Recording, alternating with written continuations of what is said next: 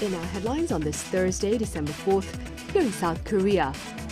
South Korean auto exports to the US market are witnessing a reduced tariff rate of 15% as the Trump administration officially posts a formal notice on its Federal Register Wednesday. Meanwhile, here on the local front, online retail giant Coupang is looking at a series of class action lawsuits in response to its massive data breach, which has reignited national concern over digital privacy. And the head of the Korea office of OpenAI holds a press conference with members of the media here and pledges to promote partnership with local companies to facilitate AI transformation on the national front. The U.S. Federal Register on Wednesday posted a notice making official the reduced tariff rate of 15% on South Korean auto shipments into the American market. Our economics correspondent Kim Do-yeon has details. The revised tariff structure for South Korean exports to the United States has been officially codified. The U.S. Federal Register published the implementation notice for the U.S.-Korea Strategic Trade and Investment Deal on Wednesday, with the notice coming into effect on Thursday.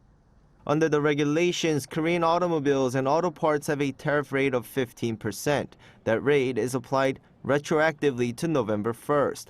For other sectors, including timber and civil aircraft components, the effective date is November 14th, with aviation parts largely exempted from the new levies. The notice marks the formal execution of the agreement finalizing the exchange of Seoul's pledged $350 billion investment for tariff stability.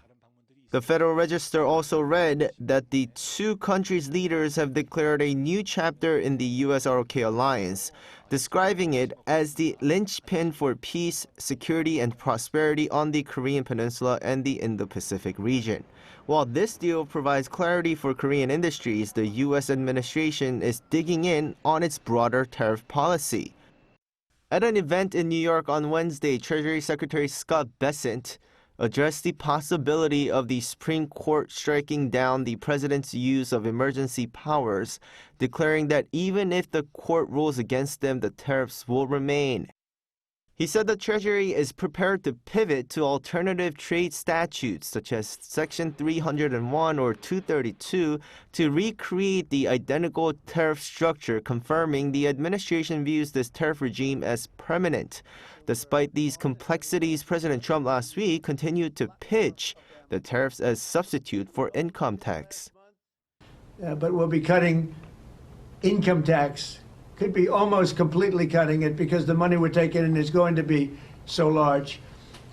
However, legal analysts note that unlike emergency orders, standard trade laws typically require months of investigation, and that this could create a regulatory vacuum if Supreme Court issues an abrupt ruling. Kim Do-yeon, Arirang News.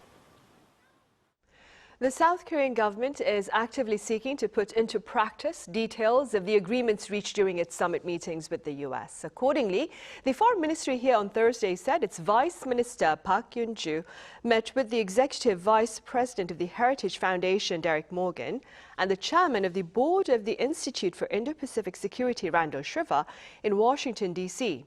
Park reportedly called for their support for prompt follow-up measures on areas including shipbuilding cooperation and nuclear-powered submarines. Meanwhile, President Lee Jae-myung invited to lunch dozens of individuals who have dedicated decades of their lives to building South Korea's key industries, ranging from textiles to shipbuilding to semiconductors. Our top office correspondent Yoon Jung-min covers the occasion. The nation's industrial and economic capacity is the foundation of its success in democracy and industrialization. That was President Lee Jae-myung as he celebrated Trade Day on Thursday, saying that it feels that Korea's global status is elevated when he travels outside the country. 지금의 이런 민주주의든 문화 역량이든 다 이 경제력에서 나오는 거죠. 그리고 이 경제력을 뒷받침하는 엄청난 과학기술 역량, 그다음에 제조 역량, 산업 역량 이런 것들이 우리가 가진 힘 그 자체입니다. President Lee, who himself was a factory worker, met some 90 workers at the Blue House Yeongbin-gwan guest house, pioneers in the manufacturing business who own decades of field experience in areas like automobiles, shipbuilding, and textiles. 여러 분야에서 정말 열심히 일하신 산업 역군이라고 불리는 분들이 많이 와 계십니다. 이 나라를 위대하게 만든 영웅들이죠. He also vowed to make workplaces safer to minimize fatal accidents, saying Korea's industrial accident rate is higher than that of other developed countries, and there's a tendency for such accidents to take place more frequently at smaller firms. 우리 노동자들의 피땀으로 대한민국을 오늘 이 자리까지 끌어왔지만 이제 앞으로 갈 길은 조금은 더 선진화돼야 되겠다 그런 생각이 들어요. 일하다 죽는 일은 좀 최소화하고 없을 수는 없겠죠. President Lee concluded his remarks by vowing to make a society where opportunities are shared on a fair basis and appropriate reward is guaranteed for one's contribution. Yoon Jung-min, Arirang News. And in other news, online retail giant Coupang is looking at a series of class action lawsuits in response to its massive data breach, which has reignited national concern over digital privacy. Our An Sung-jin has the latest. A massive wave of class action lawsuits is emerging in the wake of Coupang's personal data leak. More than 30 online communities have been created on major portals to organize damage compensation lawsuits against the e-commerce giant. The accumulated members of these major online communities exceed 500,000 people. As of Thursday, the largest lawsuit community is lingering at the 140,000 member threshold. With the data breach estimated at around 33.7 million cases, the number of those joining is expected to rise. Major law firms have also begun actively recruiting plaintiffs, indicating that legal action is rapidly expanding beyond online communities. Compensation in similar privacy breach cases has often been relatively small, at around 100,000 won or around $68. However, the unprecedented scale of this incident is fueling action for stronger legal accountability. Historically, this kind of class action lawsuits doesn't benefit the individuals that much. But I think that the symbolic value is there, that this kind of breaches will gather more consumer interest and also more active action, resulting in more class action lawsuits. On Monday, the first complaint asking for damage compensation from Coupang was officially filed with the Seoul Central District Court by a law firm on behalf of 14 Coupang users, seeking 200,000 won or $136 each. Another issue is emerging following public outrage over the data leak. As highly sensitive personal information has been stolen, more consumers began suspending purchases or deleting their Coupang accounts entirely, which inevitably affects marketplace sellers. 3/4 of Coupang's marketplace vendors are composed of small enterprises, and concerns have arisen that this movement could severely impact their livelihoods, with some saying that orders have dropped since the data leak. Growing reports of abnormal login attempts, unexpected overseas payment approval alerts, and smishing texts continue to increase consumer anxiety as users fear secondary offenses. An Sung-jin, Arirang News. And a public rally outside the National Assembly Wednesday evening brought to an end the first anniversary of South Korea's short-lived December 3rd martial law under the former administration. Our political correspondent Moon Hye-ryan was there.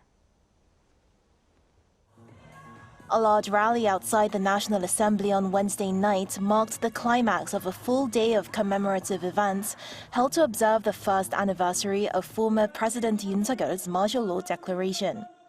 People filled the streets despite below-freezing temperatures, with music, speeches and banners recalling last year's nationwide protests, setting a charged, energetic tone.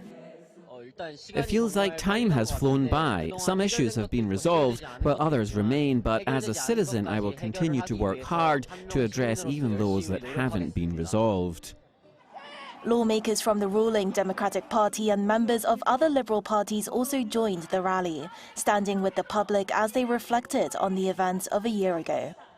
The nighttime rally capped a day of programs and exhibitions held throughout the National Assembly compound.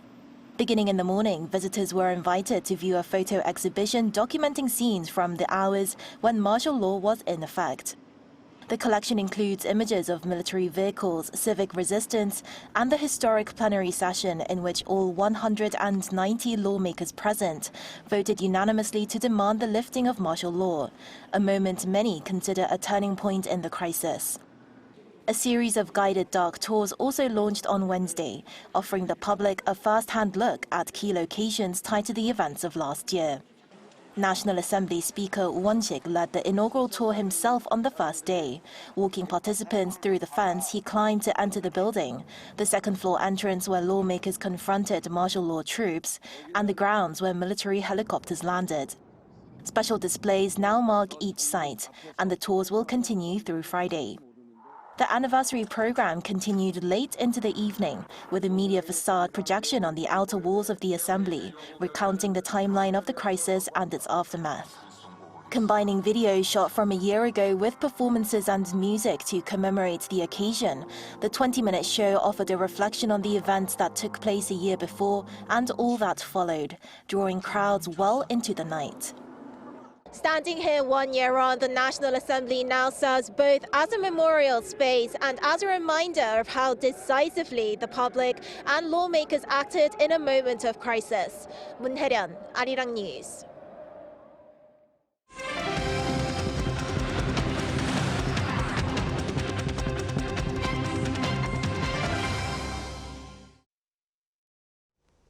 The head of the Korea office of OpenAI held a press conference early on this Thursday morning and pledged to promote partnership with companies here to facilitate AI transformation. Our business correspondent Park Jun-han was there. South Korean users have been quicker than anyone else to adopt ChatGPT as a work partner, making Korea one of the countries that uses AI most actively to boost productivity. This is what OpenAI Korea General Manager Kim Kyung-hoon said during the company's press briefing in Seoul. As a Korean, I take great pride in the fact that South Korea has consistently led the world in technological advancement. South Korea has the highest number of paid ChatGPT subscribers per capita in the world. When Arirang TV asked why the Korean market matters to OpenAI and why the company is seeing such an exceptional response here, Kim responded, I'm truly grateful for how much our products are loved here in Korea. And I believe it's because Korean users are open to new technologies and make great use of them. So whenever new global projects come up, I always ask that Korea be allowed to test and launch them first. And many of those requests have actually been accepted. With more than 20 million monthly active users of ChatGPT in South Korea, companies and startups are increasingly adopting OpenAI tools in their operations. For example, GS Engineering and Construction Corporation stated that using AI is a matter of survival rather than choice, as AI fundamentally transforms the way people work. Our employees built an internal gallery where they could share prompts and learn from each other's successes and failures. And within just 100 days, it generated over 1,000 use cases, a clear sign that AI is becoming a true colleague in their daily work. AI-powered systems can now handle everything from reservation changes to post-service feedback, enabling a fully end-to-end support experience that improves customer satisfaction and boosts call center efficiency. Regarding the core of the event's main theme, the AI transformation of Korean companies, OpenAI Korea's Kim added that the company is working not only with major Korean firms, but also with startups and smaller companies on AI research and development, and that it plans to further strengthen those partnerships moving forward. Park Jun-han, Arirang News. On the international front, top diplomats of NATO gathered in Brussels on Wednesday to share their solidarity for a tangible peace framework for Ukraine. Our Yoon-jin covers the latest efforts to end Russian aggression against Ukraine. Almost all of NATO's foreign ministers gathered in Brussels on Wednesday, where European representatives reaffirmed their support for Ukraine. NATO Secretary General Mark Rutte said that while it was good that peace talks to end the war in Ukraine were ongoing, it remains unknown when those talks will end, and that it was necessary to make sure Ukraine was in the strongest possible position, not only to keep fighting against the Russians, but to be able to push for peace talks on their terms. This came a day after Ukraine peace talks were held between the United States and Russian President Vladimir Putin. Moscow called the 5-hour discussion useful, but said that no compromises were found. NATO foreign ministers accused Russian President Vladimir Putin of showing no willingness to pursue peace in Ukraine as they continue to stand together in support of Ukraine. We, too, welcome all talks aimed at ending this war. However, at this point in time, we see no serious willingness on the Russian side to enter into negotiations, and that is why we must be clear about where we stand. We stand firmly alongside Ukraine. Meanwhile, also on Wednesday, Belgium spoke out against the European Commission plan to use frozen Russian assets to aid Ukraine. The board of the European Commission approved a potential reparations loan for Ukraine to address its financing needs for the next 2 years. Ukraine's budget and military needs for 2026 and 2027 are estimated to total around $150 billion. Most EU states support the plan, but Belgian Foreign Minister Maxime Prévost spoke out against it, fearing it would bear the risk of potentially disastrous consequences from Russia alone, and that the European Commission's proposals did not address those concerns. It is not acceptable to use the money and leave us alone facing the risks.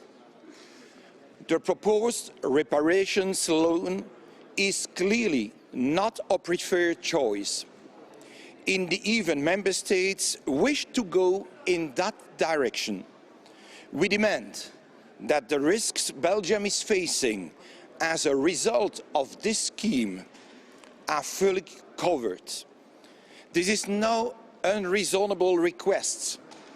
This is simply fairness. While European leaders are set to hold another summit on December 18th, U.S. Special Envoy Steve Witkoff and Trump's son-in-law Jared Kushner invited the Secretary of Ukraine's National Security and Defense Council Rustem Umerov to a meeting in Miami on Thursday, which has been agreed to.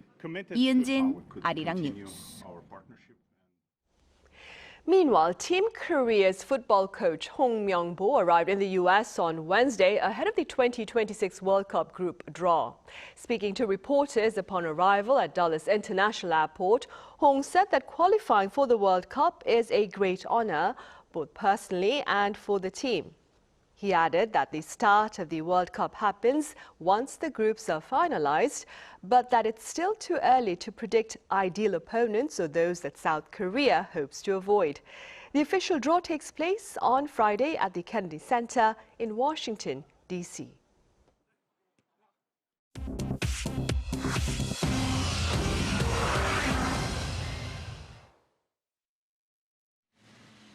This is the world now, bringing you everything you need to know from around the globe. In the United States, President Donald Trump told reporters he does not want Somali immigrants in the country and said that they should, quote, go back to where they came from, as he criticized Somalia and Minnesota's Somali community. His comments on Tuesday came as U.S. immigration authorities were reported to be preparing an enforcement operation targeting undocumented Somalis in Minnesota, home to the largest Somali population in the U.S. Local officials in Minneapolis and St. Paul expressed concerns that the ICE operation could sweep up American citizens and violate due process. Minnesota's governor also denounced what he called an indiscriminate PR stunt. The operation is expected to begin this week, according to U.S. media reports. In eastern Ukraine, Russian forces struck the city of Sloviansk with 9 aerial bombs on Wednesday, wounding at least 8 people, including 2 children. According to the Donetsk regional governor Vadim Filashkin, one bomb hit a residential building, causing major damage. Reuters footage showed rescuers cutting through debris while residents searched what remains of their homes. The governor urged civilians to evacuate, warning there are no safe places left in the Donetsk region. In the U.S. on Wednesday, a California doctor was sentenced to 30 months in federal prison for supplying ketamine to Friends star Matthew Perry, who died of an overdose in 2023. The doctor, Salvador Plasencia, is the first among 5 people charged in the federal investigation into how Perry obtained the drug. He pleaded guilty to distributing ketamine and was also ordered to pay a $5,600 fine. Perry's family made a statement calling Plasencia the most culpable, saying he violated his duty to protect the actor. In the U.S., House Democrats released photos and videos from Jeffrey Epstein's private island in the U.S. Virgin Islands on Wednesday. The images, taken in 2020 by law enforcement, show the inside of his property, including bedrooms, an office-like room, and a space with a dentist chair. The lawmakers said the release aims to increase public transparency ahead of this year's December 19th deadline for the Justice Department to disclose related files. The island was central to previous allegations that dozens of young women and children were trafficked and abused there. Chu Ji-hyun, Arirang News.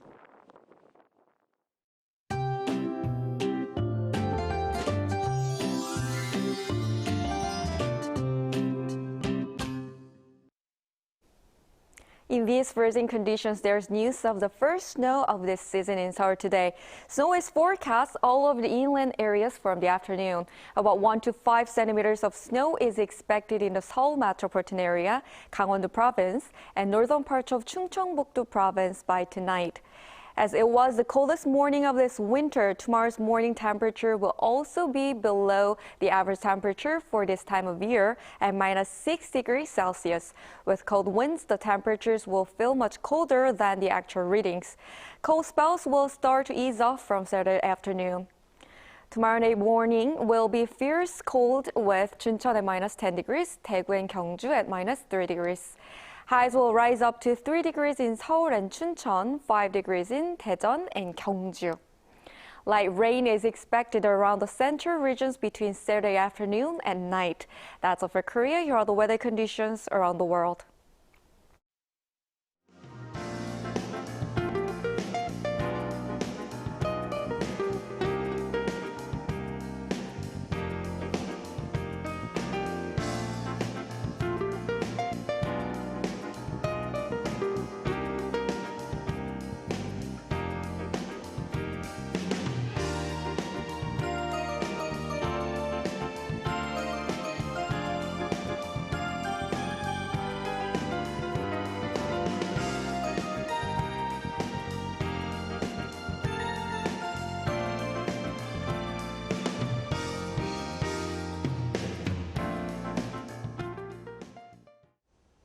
Those are the headlines at this hour here in South Korea. Coming up right after this break is our daily panel session, and today we touch upon South Korea's economic resilience in the wake of external risk factors. Do stay with us, and thank you for now.